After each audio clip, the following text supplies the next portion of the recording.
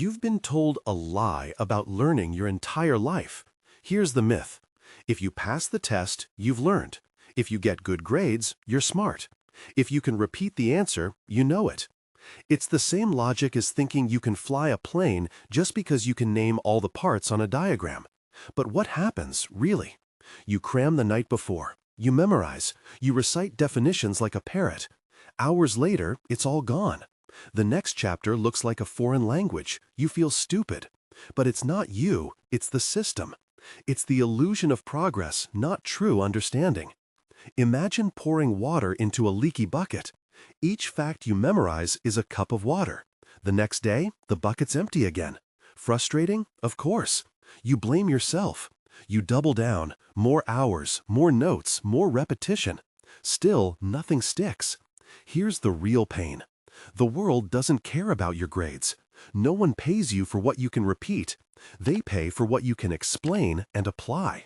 You feel this gap every time someone asks you, "But why does that work?" And your mind goes blank. That's when the panic hits.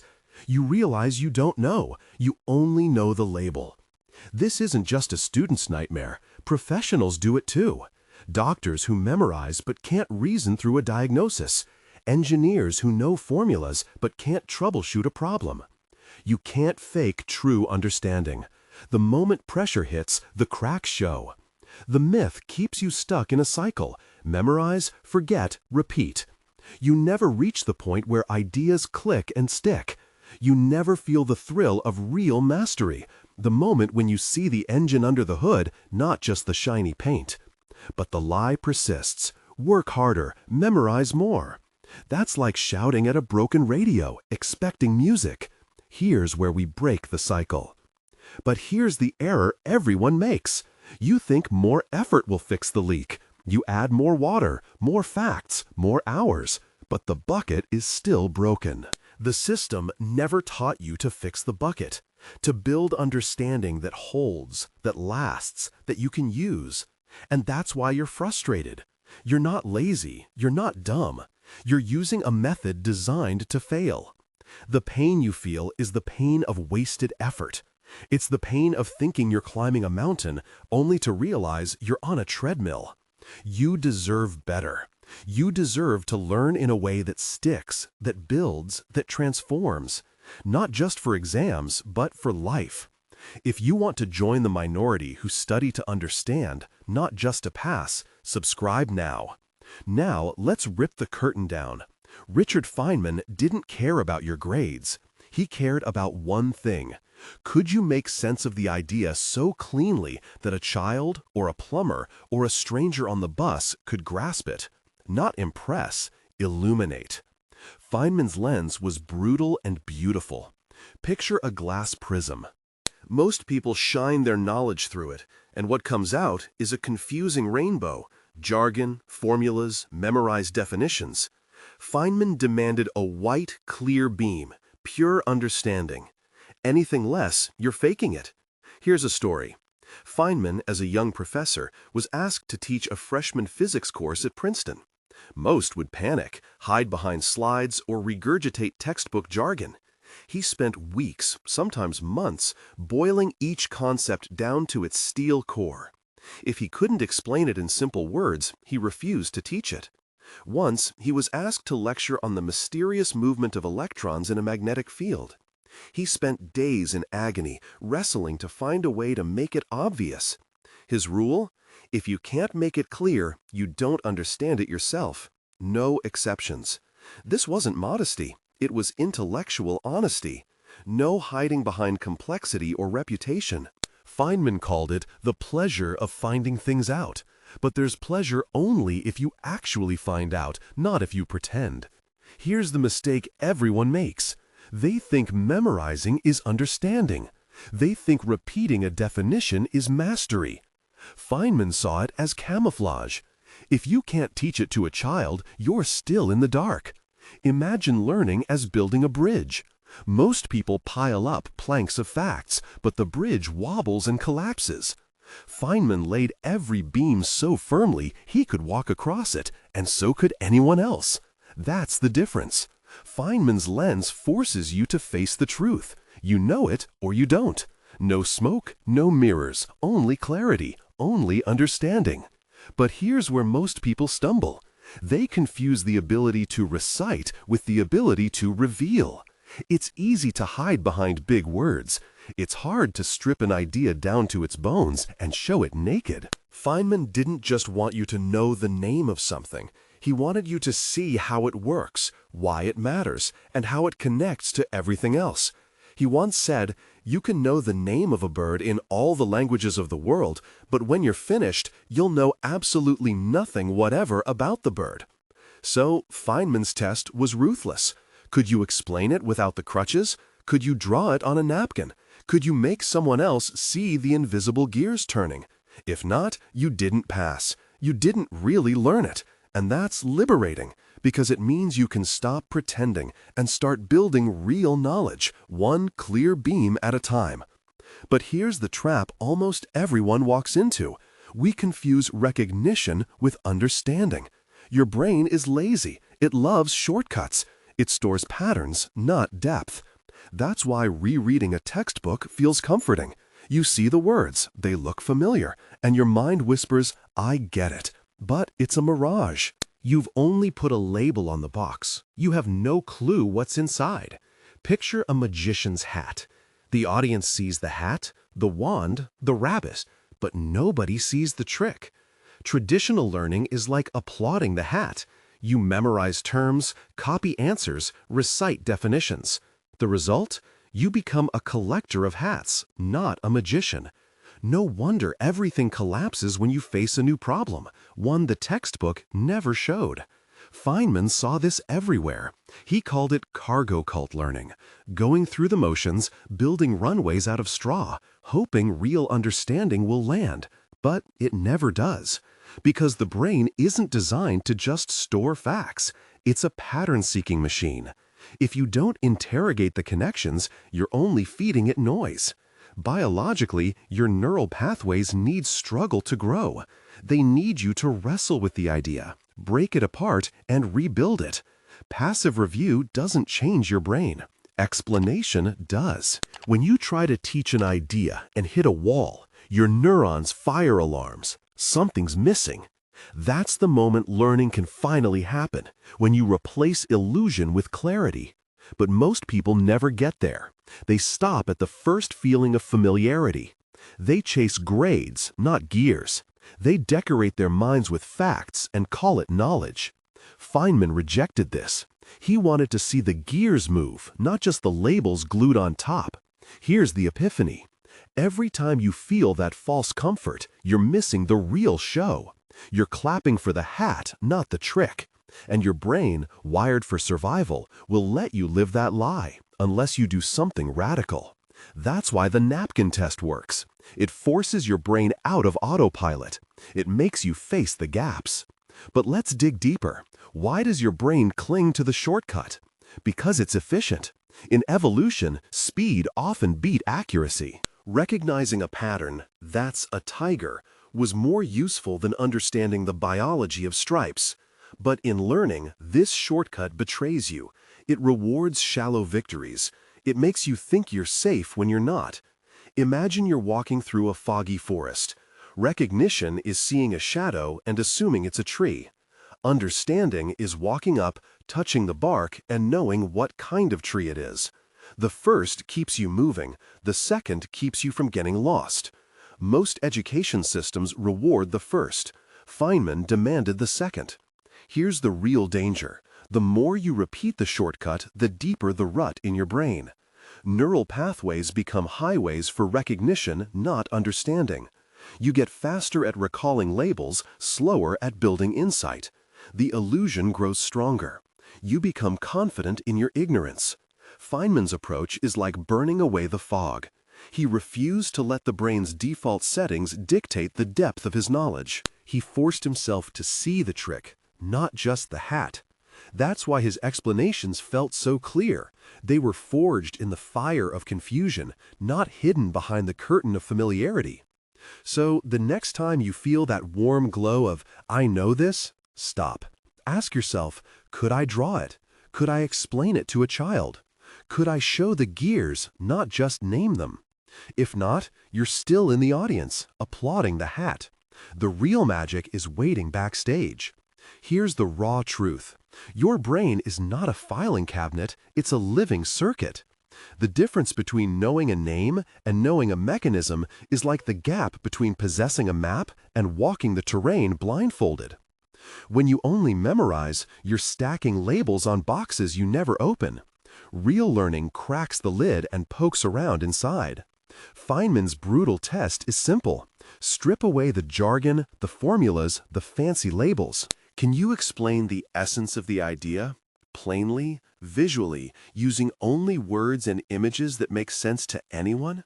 If you can, you own the concept. If you can't, the concept owns you.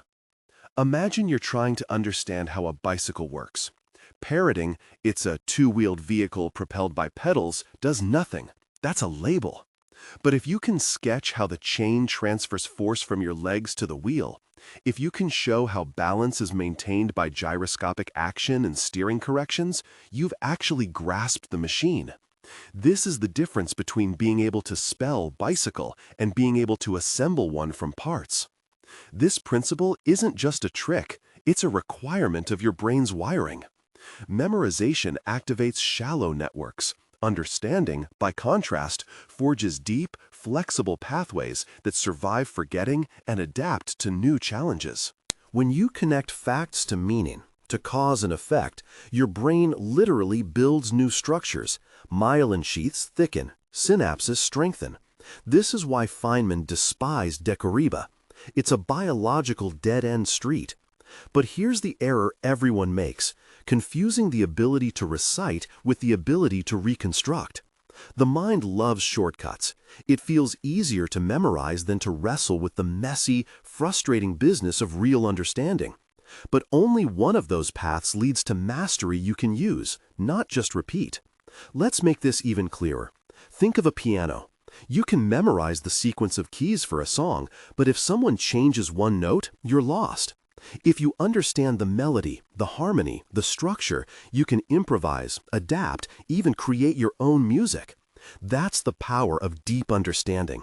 It's flexible, creative, and resilient. Memorization is brittle. Understanding is robust. This is the core principle. Deep understanding means you can break an idea apart and rebuild it, explain it in your own words, draw it, teach it, and even question it. Naming is static. Understanding is dynamic. One is a snapshot, the other is a living process. So next time you study, ask, am I just naming the parts, or could I rebuild the system from scratch? That's the line between illusion and insight. Feynman's test isn't just academic, it's a survival tool for thinking in a world drowning in information. If you can't pass it, you're not learning. You're just collecting souvenirs from places you've never truly visited. Here's how you actually do it. Pick the concept you think you've learned. Now, close your books, shut your tabs, and grab a blank sheet of paper. Your challenge: explain the idea as if you're teaching it to a curious 12-year-old. No jargon, no hiding behind big words, just pure, naked clarity. If you stall, if you reach for a memorized phrase or feel the urge to copy from your notes, you've hit the fog. That's where your understanding breaks down. This is the brutal honesty of the Feynman test. The blank page exposes every gap you tried to wallpaper over. Visualize this process like taking apart a mechanical watch. If you can't describe how each gear turns or why removing a spring stops the whole thing, you don't really understand the mechanism. The test is simple but merciless. Can you reconstruct the logic from zero, in your own words, for someone who's never seen it? But here's the error most people make. They stop too soon. They write a summary and think they're done. Feynman's way demands you interrogate every step. Why does this part matter? What happens if I remove it? Where does my explanation get fuzzy? Every time you hit confusion, that's the signal. Go back, study that precise spot. Don't move on. Don't gloss over. Fix the gap, then try again. This isn't passive review. It's active demolition. You're hunting for cracks in the foundation, not painting over them. Each time you loop, your explanation grows sharper. The illusion of knowledge fades. What's left is real understanding, the kind that survives closed books and surprises. But here's another trap: comfort. Your brain wants to avoid the discomfort of not knowing. It prefers the warm blanket of recognition over the cold shower of realization. That's why most people never push past the first draft of their explanation. They settle for the feeling of familiarity, not the proof of mastery. So, force yourself into the uncomfortable zone. When you can't explain a step, don't just reread, break it down further. Use analogies, draw diagrams, teach it to a friend, or even to your pet. If you can't make it simple, you don't own it yet. And remember, mastery isn't about speed, it's about depth. The Feynman test is slow, sometimes frustrating, but it's the only way to expose the cracks before reality does. Every time you hit a wall, you're not failing, you're mapping the edges of your ignorance. That's where real learning starts. Now, challenge yourself. Next topic you tackle, don't just read, rebuild it. If you can teach it simply, you own it. If not, you've just met the edge of your ignorance. That's where the learning actually begins. But here's the catch. Your own mind will fight you every step of the way. There's an invisible force field between you and true understanding. It's called self-deception, and it's built from ego and intellectual laziness. Imagine you're looking at a fogged-up window. The topic is on the other side. You squint, trace vague outlines, maybe even convince yourself you see enough. But do you really? Most people stay on this side. It feels safer. No embarrassment, no exposure. You can parrot terms, throw technical words around, maybe even impress a few people. That's the trap. Feynman saw right through it. He said, "The first principle is that you must not fool yourself, and you are the easiest person to fool." Why is this so hard? Because admitting ignorance hurts. It means confronting the uncomfortable gap between what you wish you knew and what you actually grasp. The brain loves shortcuts: rote repetition, memorized jargon, pattern matching. But these are cognitive crutches, not real understanding. Here's the error everyone makes: mistaking recognition for mastery. Just because you recognize a formula or can recite a definition doesn't mean you can explain it. Feynman called this cargo cult learning, going through the motions without any real cargo inside. The real obstacle isn't the difficulty of the material, it's the psychological cost of honesty. Are you willing to confront your confusion, sit with your ignorance, and tear down your illusions? Most people won't. They'll defend their foggy window, polish the glass, decorate the frame, anything but break through. But the window only clears when you do the hard work. When you force yourself to explain out loud, to yourself or someone else, you'll hit the wall. That's the signal, that's the path. If you feel frustration, embarrassment, or discomfort, you're finally learning. Most never cross that line. They stay fogged, forever mistaking the outline for the thing itself. Feynman's brutal test is not just about clarity, it's about courage.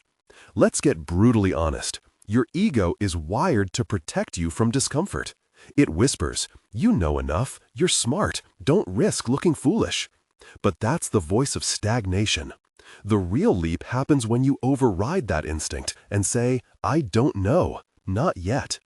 Think of the brain as a muscle. If you never push it to failure, it never grows. If you always lift the same weight, reciting, repeating, recognizing, you plateau. Growth only comes when you attempt what you can't yet do: explaining, connecting, simplifying.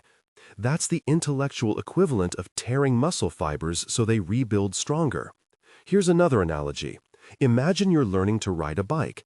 Watching someone else, memorizing the steps, even knowing the physics, none of that means you can balance when the wheels start rolling. You have to wobble, fall, get scraped, and try again. The pain is part of the process. The illusion is thinking you can skip it. Feynman's test is the intellectual equivalent of letting go of the wall. No more training wheels, no more hiding behind jargon. If you fall, good, that's feedback. That's the edge of your current ability. Most people never get there because they're terrified of the fall. But if you never risk it, you never ride. So the hidden barrier isn't intelligence, time, or talent. It's your willingness to look foolish, to admit the fog, and to keep pushing until the glass is clear. That's what separates the few who truly understand from the many who only pretend. Zoom out for a moment. This isn't just about school or exams. Feynman's brutal test, can you explain it simply, is the lens through which you should view every skill, every idea, every conversation you have. Picture your mind as a workshop, not a museum. Museums display artifacts behind glass, untouchable and admired from a distance.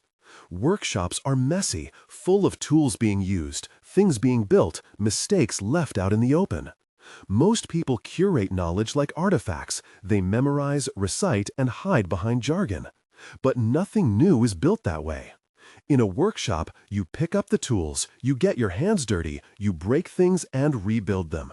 That's how real understanding is forged. Feynman's approach transforms your mental museum into a living workshop. Every concept you can't explain is a broken tool.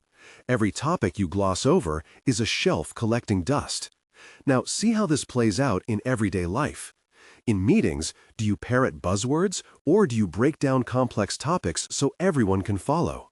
When you read an article or watch a documentary, do you feel smarter or could you teach someone else what you just learned?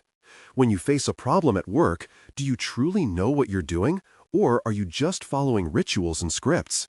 Here's the mistake everyone makes. Thinking understanding is context-specific, that you only need clarity when studying physics or math. But Feynman's test is universal.